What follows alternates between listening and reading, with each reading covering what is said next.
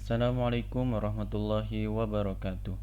Kali ini kita bertemu dalam praktikum pemrograman berbasis web, pertemuan pertama dengan materi HTML dan CSS.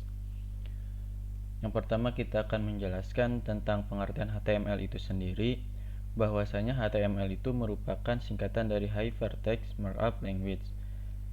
Jadi merupakan bahasa markup yang digunakan untuk membuat suatu halaman web. Dan HTML ini berfungsi untuk membuat struktur dari sebuah website. Dengan HTML, kita itu dapat membuat paragraf, judul, tautan, tabel, dan lain sebagainya di dalam halaman website. Untuk struktur dasar HTML itu sendiri, jadi di dalam HTML itu terdapat tag, atribut, dan juga elemen.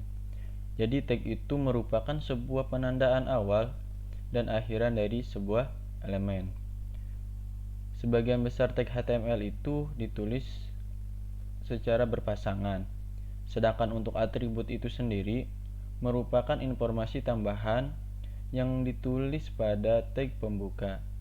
Fungsi dari atribut tergantung nilai dan tag mana ia ditempatkan. Lalu ada juga elemen. Elemen itu merupakan sebuah gabungan dari tag, atribut, dan juga teks yang berada di antara tag pembuka dan juga tag penutup. Untuk struktur dasar HTML itu sendiri seperti ini. Kita akan coba. Kita buka Visual Studio Code-nya, lalu kita buat file baru yang bernama index.html saja. Oke. Untuk di dalam Visual Studio Code, untuk membuat struktur dasar HTML cukup mengetikkan HTML, pilih yang 5 versi. Nah, ini merupakan sudah struktur dasar pada HTML. Lalu kita juga bisa menambahkan H1 dan juga paragrafnya. H1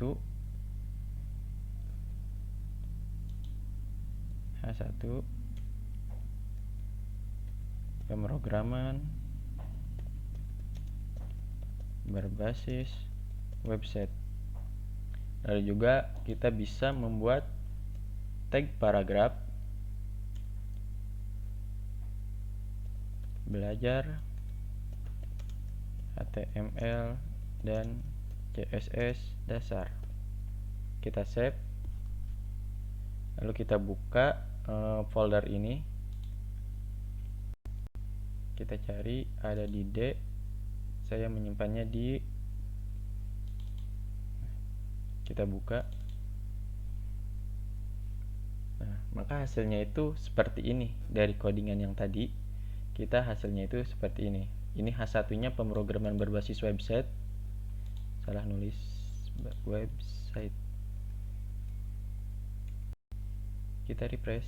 Nah, pemrograman berbasis website, dan ini paragrafnya yaitu belajar HTML dan CSS dasar. Dan itu merupakan dari struktur dasar HTML. Lalu yang ketiga itu ada pemformatan teks. Untuk cara membuat paragraf tadi sebenarnya sudah kita lakukan. Jadi untuk tag paragraf itu menggunakan tag V dan juga akhiran penutup P juga. Lalu di antara ini kita itu bisa menuliskan suatu string atau karakter atau teks gitu ya. Kita ganti, ini kan tadi V-nya. Ini tuh adalah paragraf belajar HTML dan CSS dasar. Atau kita ganti, tambah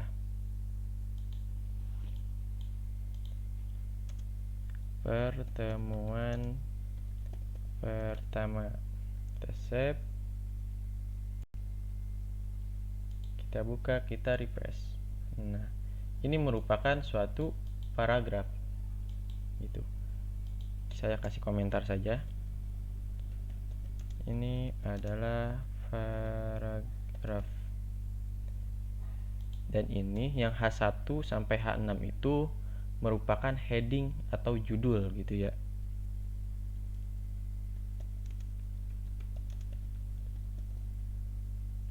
Kita save. Kalau untuk membuat komentar itu seperti ini ya. Kalau untuk di Visual Studio Code itu bisa dengan ctrl slash gitu. Nanti akan dibuatkan secara otomatis seperti ini. Tidak akan berubah karena tadi kita membuat hanya sebuah komentar. Lalu untuk heading sendiri itu ada 6 tingkatan atau 6 level gitu, dari H1 sampai H6. H1 itu teksnya itu besar, semakin ke 6 itu semakin kecil gitu. Kita langsung buktikan. Di sini kan ini H1, lalu kita copy paste sampai H6. Kalau di di Visual Studio Code untuk mengcopy tidak perlu Ctrl+C, Ctrl+V, itu gak perlu ya. Untuk di Visual Studio Code itu bisa menekan Shift Alt tombol bawah, nanti akan otomatis di copy gitu. Ini baru 4, 5, 6. Ini kita ganti menjadi H2, H2, H3, H4,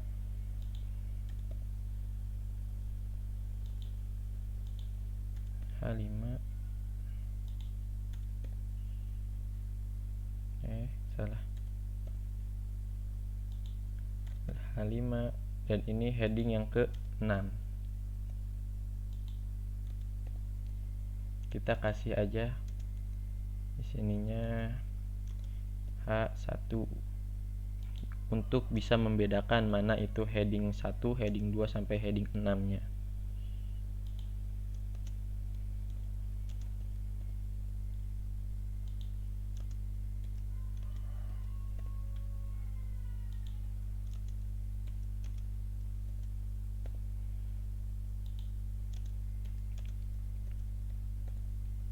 Kita save,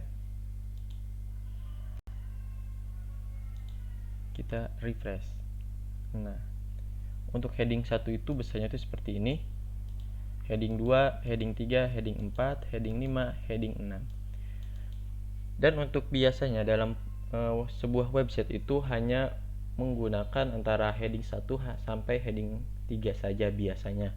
Tapi ada juga sampai heading 6. Itu tergantung sesuai dengan pemakaian kita atau sesuai dengan kebutuhan yang kita perlukan. Lalu selanjutnya itu kita membuat suatu tautan atau suatu link dalam website kita. Jadi tautan itu digunakan untuk membuat link ke halaman lain dan juga bisa digunakan untuk membuat link ke gambar, file, dan lain sebagainya. Untuk membuat tautan itu menggunakan tag A ya. Lalu terdapat 2 syarat untuk membuat tautan di HTML, yakni teks yang berfungsi sebagai teks link dan alamat URL-nya. Nah, jadi untuk A ini kan merupakan suatu tag-nya. Lalu untuk ref dan ini untuk https unsika ACID ini merupakan URL-nya. Sedangkan yang Universitas Singapura Bangsa Karawang dan ini merupakan teks linknya gitu. Jadi ini merupakan alamat tujuan dari link tersebut, sedangkan Universitas Singapura Bangsa Karawang itu merupakan teks linknya gitu. Lalu kita langsung praktikkan saja.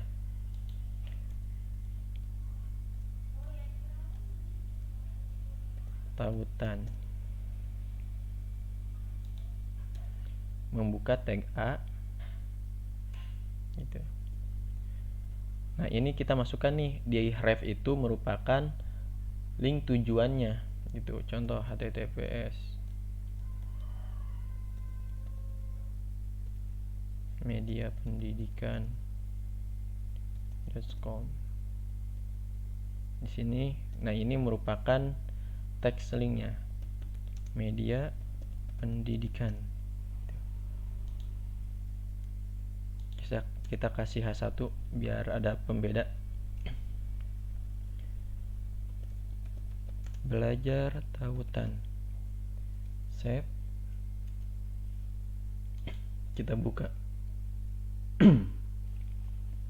Nah, ini merupakan text linknya yang ditampilkan. Sedangkan kita untuk mengkliknya akan diarahkan kepada media pendidikan. Gitu. Akan diarahkan ke media pendidikan gitu. Itu merupakan contohnya. Lalu kita juga akan belajar tentang dua jenis alamat tautan, yakni ada absolut dan juga alamat alternatif atau relatif. Jadi alamat absolut itu merupakan alamat yang mencantumkan URL secara lengkap, yakni terdiri dari nama protokol, nama domain, dan juga nama filenya. Sedangkan untuk yang relatif itu merupakan alamat yang relatif ke file tujuan berdasarkan struktur foldernya. Nah, ini merupakan alamat absolut gitu ya, langsung gitu. Terdiri dari nama protokolnya dan nama domainnya. Sedangkan untuk relatif ini biasanya itu untuk digunakan ketika kita membuat suatu codingan. Apalagi ketika kita sudah menyentuh yang namanya itu framework ya. Biasanya itu kita dalam struktur tautannya itu bersifat relatif gitu, karena kita itu hanya untuk menghubungkan ke dalam foldernya saja gitu. Nah, biasanya kan ini absolut yang kita tadi praktikan. Untuk relatif ini contoh ada out, login, HTML, di sininya login gitu ya. Jadi dia itu akan mengarahkan ke dalam satu folder kita itu ke folder out atau authentication yang bersifat login HTML gitu. Sedangkan untuk absolute tadi sudah langsung gitu ya ke dalam file tujuannya atau nama domain tujuannya. Di sini juga dalam tautan juga terdapat atribut target gitu ya, yang biasanya itu digunakan untuk menentukan pada jendela mana halaman website itu akan ditampilkan gitu, yakni ada 4 gitu. Ada save, ada blank, ada parent, dan juga ada top. Saya akan mencontohkan untuk yang blank karena biasanya itu untuk blank ini yang sering banyak digunakan gitu. Nah, di sini kan tadi kita sudah membuat media pendidikan. Kita ganti menjadi sekarang Unsika Aceh ID. Di sini kita kasih suatu target underscore blank.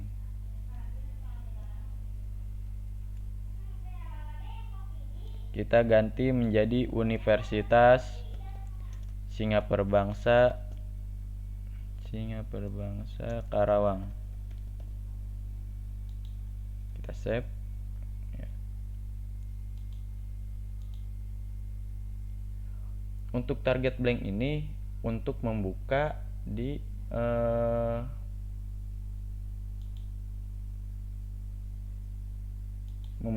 tag atau tab yang baru itu. Nah, dia itu akan membuka di tab yang baru untuk target blank gitu.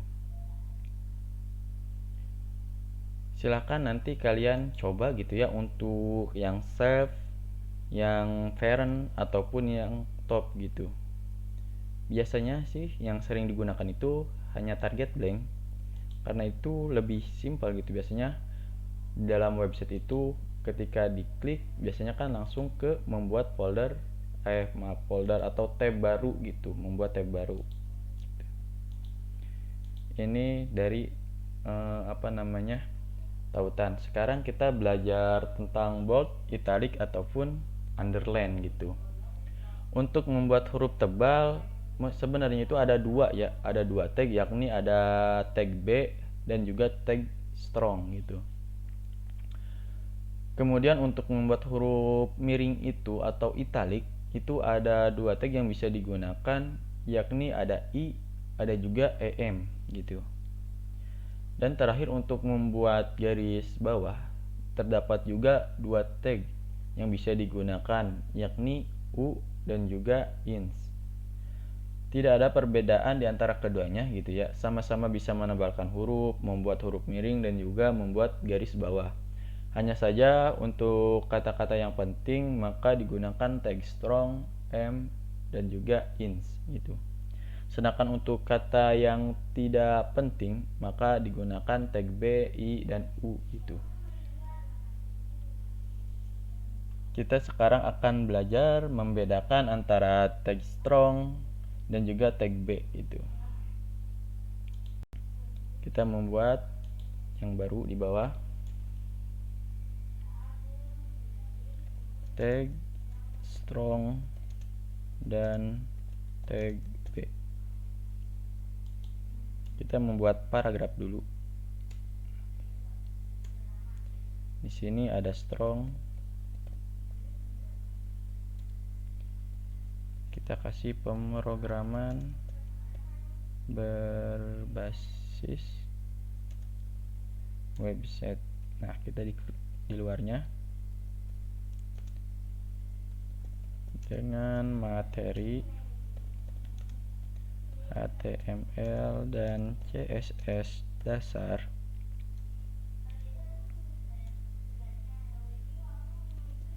yang merupakan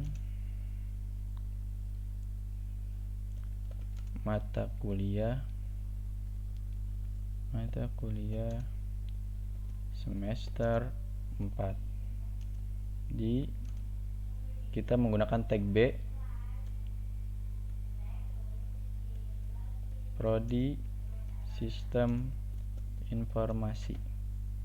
Kita save, kita lihat. Nah, kalau dilihat ini kan nggak ada bedanya gitu ya antara ini yang menggunakan strong dan ini yang menggunakan tag B. Itu sama-sama saja. Nah, nanti kalian menyesuaikan saja mau menggunakan itu strong, mau menggunakan itu B, tergantung kemauan kalian dan sesuai dengan kebutuhan. Begitu juga kita membuat untuk yang I dan juga untuk yang U. Kita copy saja. Ingat, untuk copy di Visual Studio Code cukup menekan Shift Alt bawah. Nah, ini kita ganti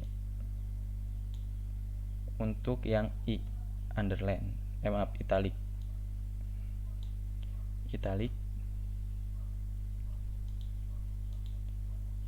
Nah, sedangkan untuk italic juga kan bisa menggunakan EM gitu ya. EM.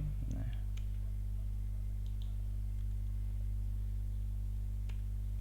kita save, kita lihat hasilnya. Nah, ini kan yang menggunakan italic, ini yang menggunakan EM gitu. Sama-sama saja, gak ada yang berbeda gitu, sama tergantung sesuai pemakaian kalian.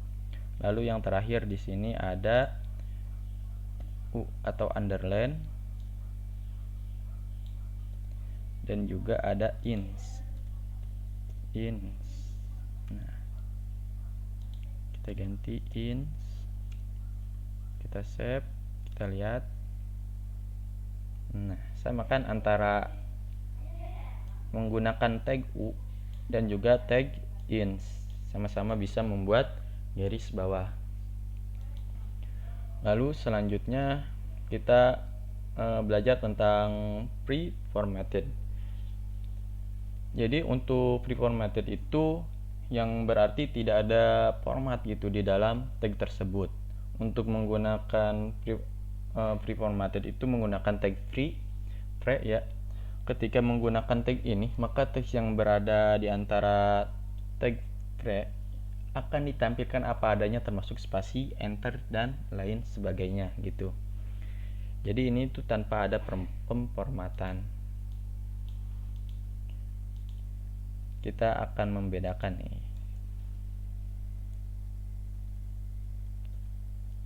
Membedakan tag free dan tag v untuk paragraf. Ini kita membuat tag free-nya dulu. Teksnya kita copy sajalah. Teksnya kita copy, kita paste. Oke.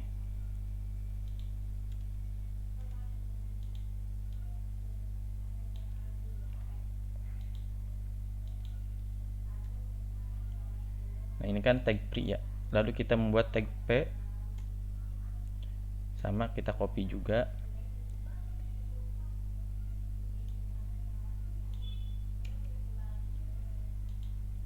Nah, kita membuat tulisan sama ya, nggak ada pembeda antara pre dan yang p gitu. Kita save. Nah, kalau saya kan udah menggunakan prettier ya, jadi dia itu otomatis seperti ini. Mana kita enter, kita save, akan seperti ini karena saya itu udah menggunakan tag formatted. Nah, di sini saya itu di Visual Studio Code saya sudah saya install prettier gitu. Jadi dia itu akan merapikan codingan saya itu secara otomatis gitu. Tapi kita bisa lihat ya, dia itu kan ke bawah nih. Kita buktikan. Nah, beda ya. Kalau untuk yang pre itu dia itu menampilkan apa adanya. Di sini ada spasi, ada enter gitu. Berbeda dengan yang P, dia itu akan terus membuat baris, membuat paragraf gitu. Meskipun saya kan di sini sebenarnya ketika telah kata menjerit itu ada enter. Tapi di sini ketika menjerit itu tetap saja membuat baris ke samping gitu. Sama seperti membuat yang namanya itu paragraf. Berbeda dengan yang pre, dia itu sesuai apa adanya yang kita tulis di dalam codingan kita. Lalu ada address atau digunakan untuk membuat alamat gitu.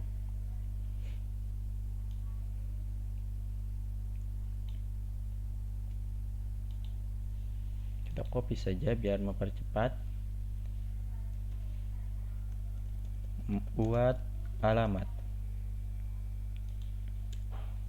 Paste. Nah, kita save address. Refresh. Nah, Anda bisa menghubungi kami di Unsika Aceh ID. Anda jika ada kritik dan pertanyaan bisa mail to-nya itu ke info Unsika Aceh ID, dan ini ada alamat dari Unsika itu sendiri. Itu. Jadi dia itu bersifat italik ya secara otomatis gitu. Kenapa di sini ada tag BR? Karena untuk membuat garis enter gitu, untuk membuat garis baru. Karena kalau nggak dikasih BR maka itu sama seperti paragraf akan ke samping terus gitu. Setelah itu ada juga tag breakout untuk membuat suatu kutipan gitu, biasanya untuk membuat kata-kata mutiara gitu. Kita copy saja untuk mempercepat waktunya.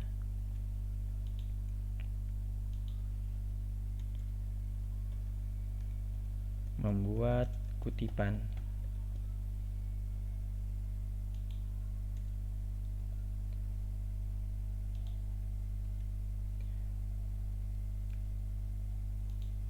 Kita refresh.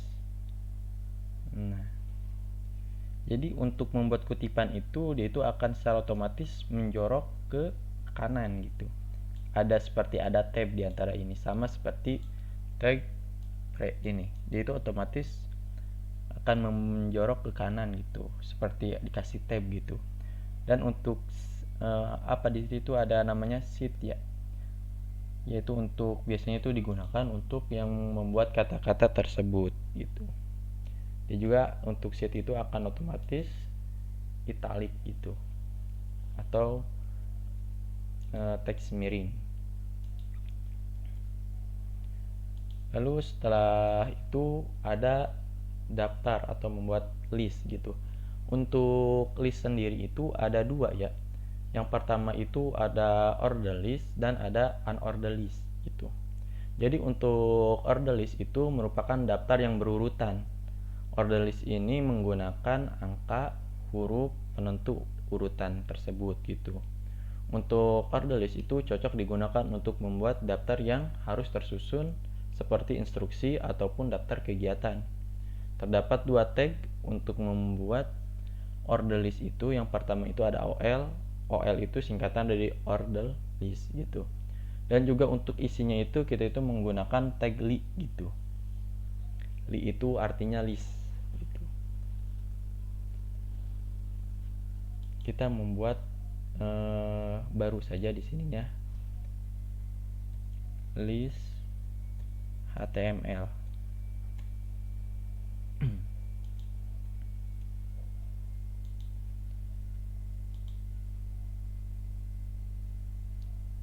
Kita copy,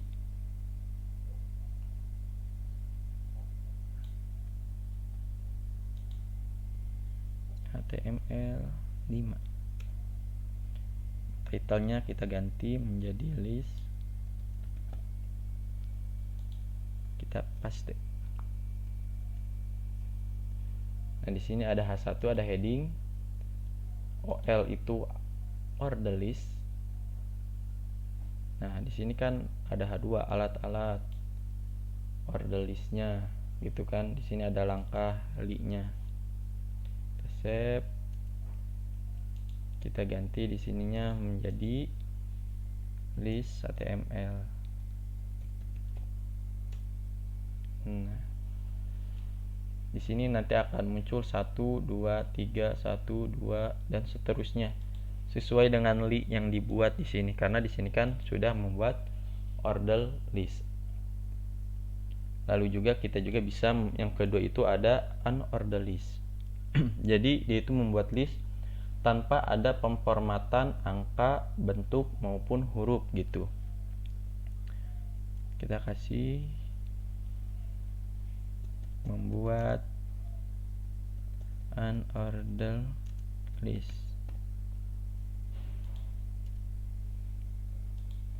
Kalau untuk unorder list itu menggunakan tag UL gitu, singkatan dari unorder list. Untuk ininya juga sama, yaitu menggunakan tag li gitu. Kita copy, kita paste saja, kita save.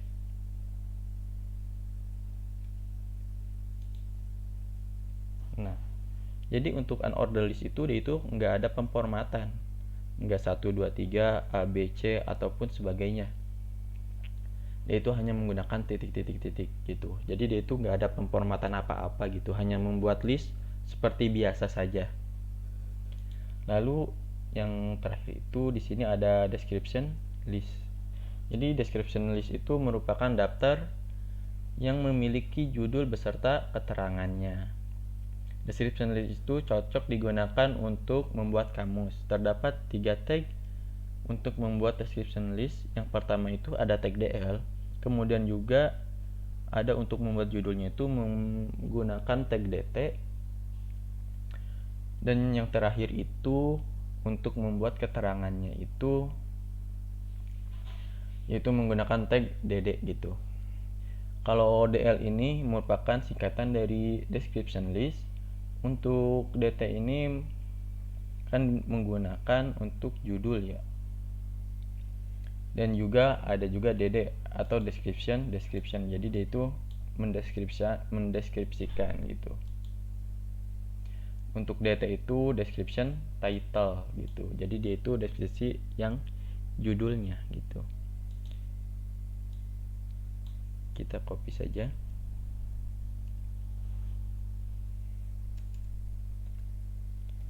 Deskripsi.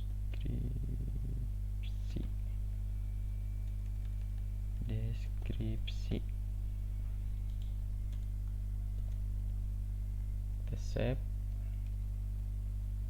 Lalu kita lihat. Nah,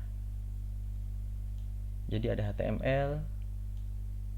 Ini adalah DT-nya atau description title atau judulnya, dan ini ada DD-nya, description. Jadi dia itu mendeskripsikan dari si title-nya gitu. Lalu sekarang kita masuk ke CSS dasar gitu ya. Jadi CSS itu merupakan singkatan dari Cascading Style Sheet. Jadi CSS itu biasanya digunakan untuk mengubah atau mengatur tampilan halaman website kita. Dengan menggunakan CSS, kita itu dapat mengatur seluruh tampilan dari HTML kita seperti ukuran font, warna teks, gambar, background, layout, dan lain sebagainya. Cara menginputkan kode CSS itu ada 3 ya, yaitu ada inline, ada internal, juga ada eksternal gitu. Kita membuat yang baru lagi di sini CSS HTML, karena kita mau belajar CSS-nya. Kita buka HTML5-nya. Di sini kita membuat tag page saja. Belajar HTML dan CSS. Di sini untuk membuat CSS secara inline itu hanya cukup di antara head ini kita kasih tag yang namanya itu style. Nah, di antara style ini kita membuat kode-kode CSS-nya gitu. Maaf, itu untuk internal gitu. Untuk inline itu langsung di dalam atribut tag-nya gitu. Di sini kita masukkan saja.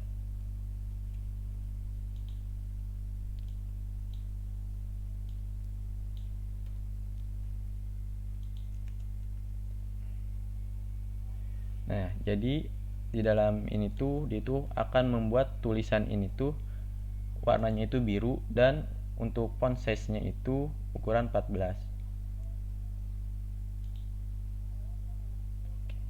Kalau di Visual Studio Code nanti ketika color itu bisa nih, ketika kita mengklik si colornya itu kita itu bisa mengatur warnanya gitu, ataupun bisa menggunakan hanya blue saja gitu. Ini pun bisa. Kita save, ganti menjadi CSS HTML. Nah, tulisannya itu akan berwarna biru gitu. Ini tuh yang inline. Ada juga yang internal. Yang internal tadi yang saya praktikan yaitu style. Nah, di dalam style ini kita masukkan nih kode-kode CSS-nya. Kita kan mau mengubah P nih. Ya. Jadi kita itu hanya memasukkan nih bahwa P ini tuh atributnya, yaitu colornya itu red, berarti kita itu akan membuat warnanya itu merah, dengan font size-nya itu 12 pixel, dengan text decoration-nya itu underline. Jadi si teks kitanya itu akan ada garis bawahnya gitu. Jadi untuk membuat garis bawah itu bisa di HTML-nya langsung ataupun bisa di CSS-nya. Itu tergantung sesuai yang kita mau saja gitu. Kita refresh. Nah, dia itu akan berwarna merah dan juga ada garis bawahnya gitu. Dan ukurannya itu 14 pixel. Yang terakhir itu ada eksternal. Jadi untuk eksternal itu kita itu membuat file yang terpisah gitu. Nah, ini tuh biasanya dalam suatu website biasanya itu menggunakan yang bertipe eksternal. Kenapa? Karena untuk merapikan codingan HTML, jadi untuk memisahkan antara HTML dan juga CSS-nya gitu. Kita hapus yang stylenya karena kita tidak butuh. Nah, jadi kita membuat file baru. Contoh di sini saya kasih style.css. Nah, jadi membuat itu berekstensikan titik CSS. Untuk menghubungkan CSS ini dengan style CSS-nya, kita hanya cukup di antara tag head ini masukkan link CSS. Maka otomatis halaman CSS ini akan terhubung dengan style CSS yang kita buat nantinya. Nah, untuk mengubah ini kita tidak lagi di dalam tagnya maupun di internal HTML kita, tapi kita akan menggunakan yang CSS ini gitu. Kita samakan saja yang seperti tadi.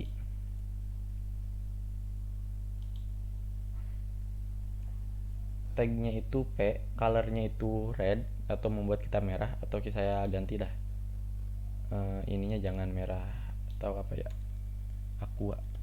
Nah, underline ininya kita perbesar menjadi 24. Kita save, kita refresh. Nah, akan terubah kan, ininya itu warna aqua, underline, dan ukurannya itu 24 pixel.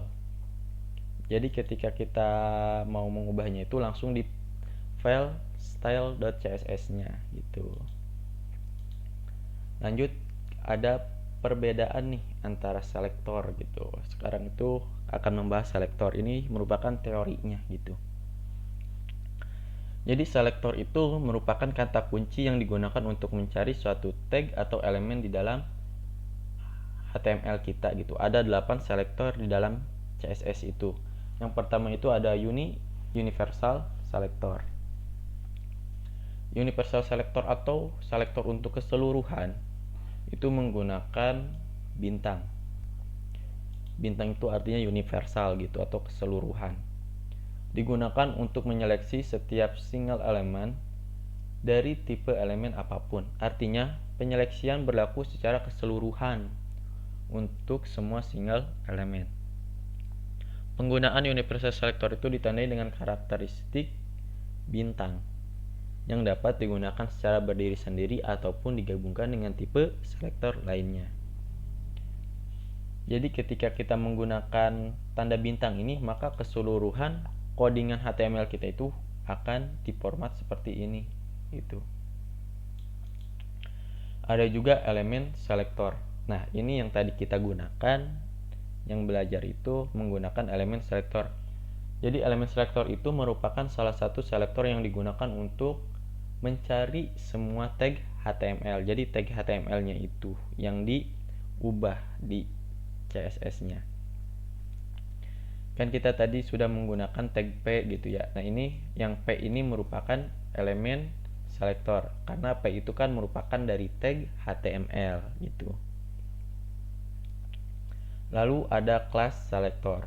Kelas selektor itu merupakan salah satu selektor yang digunakan untuk mencari semua tag HTML yang memiliki atribut kelas di dalam tag tersebut. Penggunaan selektor ini bisa menggunakan karakter titik gitu ya. Kelas selektor itu dapat digunakan untuk lebih dari satu tag gitu. Saya contohkan di sini. Kita masih menggunakan P kebanyakan.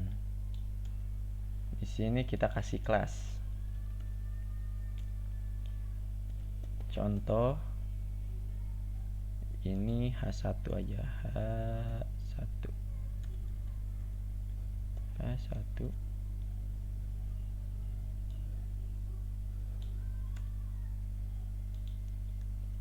belajar HTML dan CSS. Di sini kelas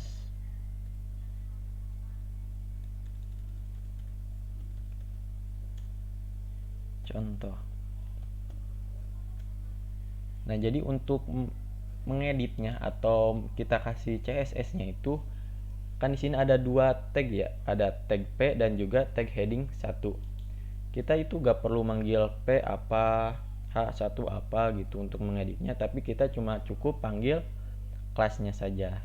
Dan untuk menggunakan kelas itu menggunakan titik, berarti tadi nama kelasnya itu apa? Contoh ya. Contoh. Kita kasih color, warnanya apa di sini? Warna cyan. Lalu font size-nya kita kasih 30 pixel gitu. Kita save. Kita lihat. Nah, ini kan untuk P-nya. Kita kan, dan ini untuk H1-nya. Nah, itu kan kita itu gak perlu mengubah P apa, H1 apa, tapi kita hanya cukup satu panggil kelasnya, maka kita bisa mengedit keduanya, yaitu tag H1 dan tag P-nya ini yang memiliki kelas contoh gitu. Lalu selanjutnya itu ada ID selector. Jadi untuk ID selector itu ID yang merupakan selektor yang digunakan untuk mencari semua tag HTML yang memiliki atribut ID di dalam tag tersebut. Penggunaan ID itu menggunakan tanda pagar. Untuk caranya itu masih sama seperti menggunakan kelas ini gitu ya. Kita ganti aja di sini atau kita copy aja lah. Kita copy.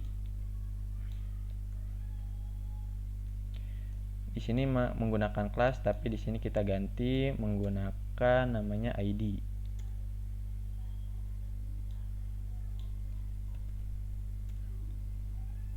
ID contoh.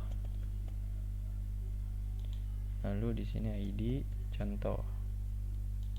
Kita save. Kita di CSS-nya itu kan kalau untuk kelas itu menggunakan titik, kalau ID itu menggunakan pagar. Contoh. Color warna dark blue. Gitu. Kita save. Sini kita refresh. Nah, ini untuk P-nya dan ini itu untuk H1-nya. Gitu. Kan ini sama nih penggunaannya antara ID sama yang kelas.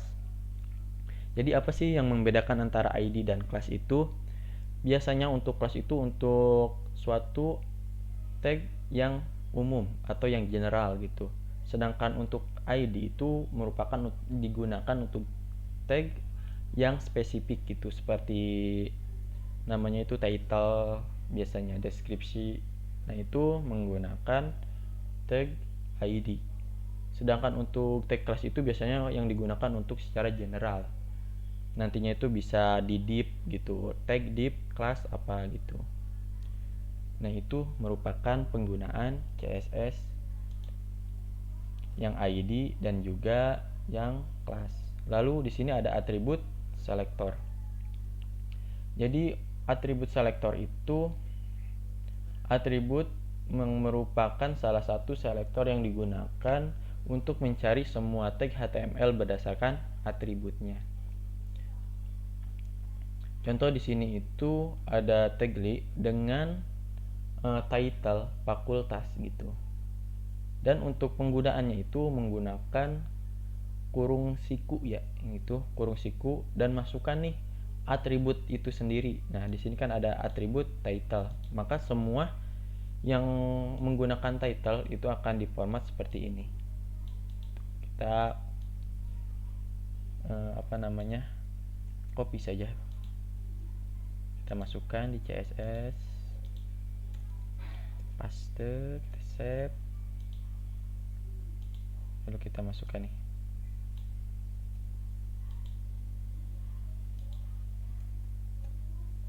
Kita save. Kita lihat. Nah, gitu ya. Jadi dia itu akan memformat sesuai dengan ada yang di dalam ini. Kita bisa membedakan yang fakultas ilmu komputer itu nggak ada titlenya, dan fakultas ilmu sosial dan ilmu politik itu nggak ada titlenya, maka dia itu nggak akan terformat gitu. Sedangkan yang terformat itu yang bernilai yang berwarna biru itu hanya fakultas hukum, fakultas teknik, dan juga fakultas pertanian. Ini kan itu yang berwarna biru gitu. Lalu juga ada grup selektor, atau grup selektor itu merupakan gabungan dari beberapa selektor gitu. Kita itu bisa mengubahnya gitu di sini tanpa kita mau mengubah gitu ya. kita ganti nih, kan ini sama-sama contoh gitu, kita ganti, kita samakan. Kan sebelumnya itu, nah ini kan yang menggunakan kelas, ini yang menggunakan kelas, dan ini yang menggunakan ID ya. Yang ini menggunakan kelas, ini menggunakan ID. Kita samakan aja. Untuk menggabungkan itu kita kasih koma, lalu contoh. Ya, kita save.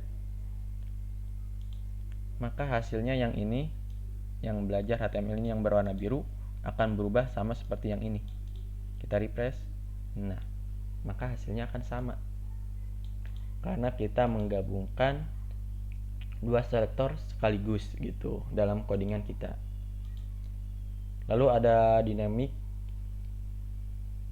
Jadi dinamik itu merupakan selektor yang digunakan untuk mencari struktur HTML berdasarkan interaksi kita gitu. Nanti kita ada hopper, ada aktif, dan juga yang lain. Silahkan kalian nanti coba gitu. Dan untuk tipografi dan box model, tipografi merupakan suatu seni untuk menata huruf dengan pengaturan penyebarannya pada ruang yang tersedia. Seperti di sini ada color. Sebenarnya yang color tadi sudah saya singgung sedikit-sedikit. Nah, di sini ketika di sini kan color nih. Kita kalau di Visual Studio Code kita itu tinggal klik gitu ya. Nah, kita tarik nih di mana?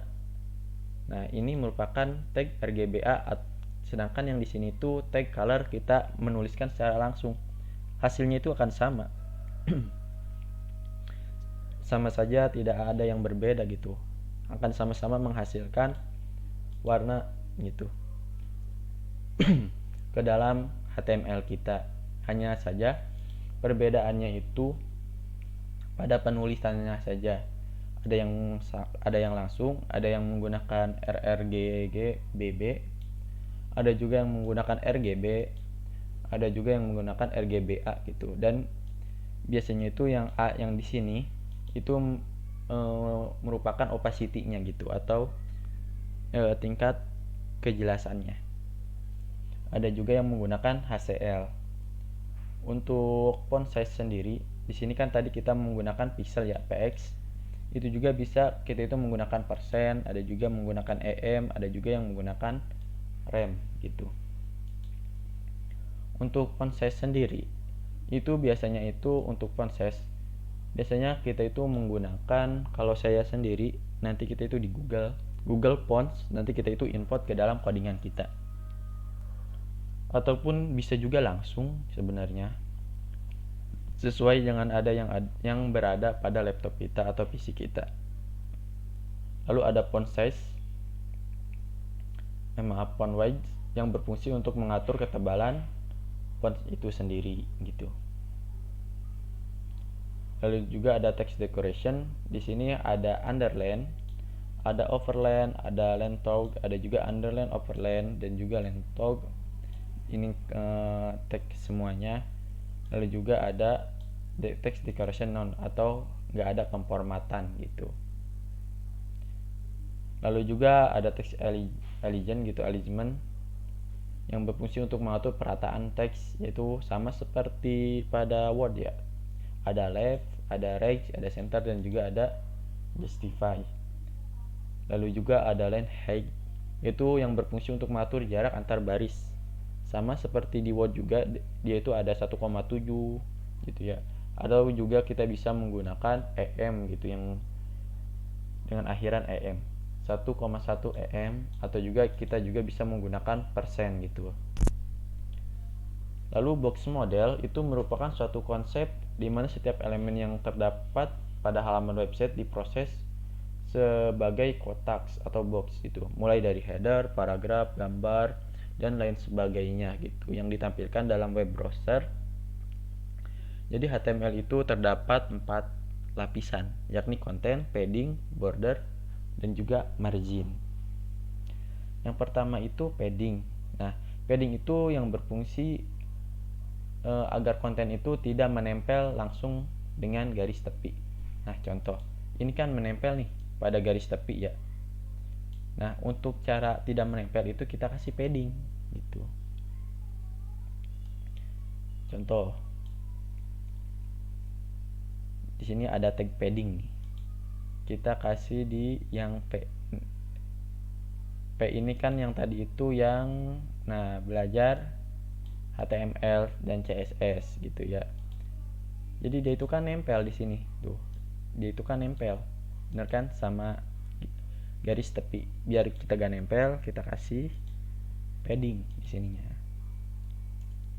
Kita kasih padding. Padding topnya itu 40 pixel, padding kanannya itu 25 pixel, padding buttonnya itu 30, padding left kirinya itu 25 pixel. Kita refresh. Nah, tag yang berada di V itu pasti bakal tidak akan menempel lagi kepada garis tepi. Dia akan agak spasi atau tab gitu ya. Tadi padding leftnya itu sebesar 25 pixel. Kalau kita makin besar padding left, maka dia itu akan semakin menengah. Contoh di sini saya kasih 40. Save. Refresh. Nah, dia akan semakin ke kanan karena padding leftnya itu tadi sudah dikasih 40 pixel gitu. Lalu juga ada border. Jadi border itu merupakan garis batas luar dari suatu elemen. Biasanya itu border itu akan digunakan nanti pertemuan 2, yaitu membuat tabel. Nanti ketebalannya itu berapa gitu.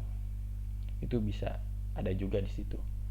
Sedangkan untuk margin itu merupakan space atau ruang kosong yang berada di sisi paling luar sebuah elemen. Gitu.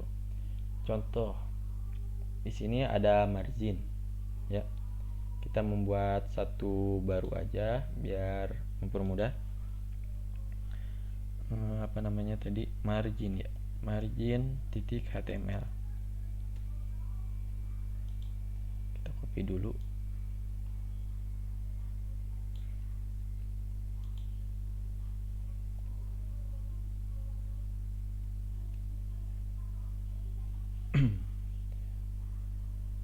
Di sini ada margin. Nah, tadi kita kan sudah membahas nih selektor universal. Nah, kita belajar nih menggunakan gitu. Jadi untuk keseluruhan marginnya itu 0 dan paddingnya itu 0. Di sini kita membuat div class. Nah, tadi kan saya sudah menyinggung juga antara penggunaan class dan juga ID.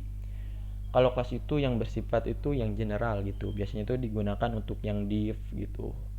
Sedangkan ID itu yang bersifat lebih khusus gitu, bisa untuk title atau deskripsi suatu teks atau apa gitu. Kita save, kita ganti di sininya menjadi margin HTML. Nah, akan berbeda ya, karena setiap marginnya itu berbeda-beda. Di sini ada untuk yang box 1 itu margin leftnya itu 40 gitu ya. Yang kedua itu ada 60, yang terakhir itu yang ketiga itu ada 100 gitu. Kan berbeda kan antar urutannya. Lalu setelah itu ada tugas. Nah, kalian silahkan nanti buat tugas sesuai dengan yang ini, tulisan ini. Ini kan ada heading, ada order list atau list, lalu ada juga teks paragraf. Silahkan kalian berkreasi. Nanti untuk tugas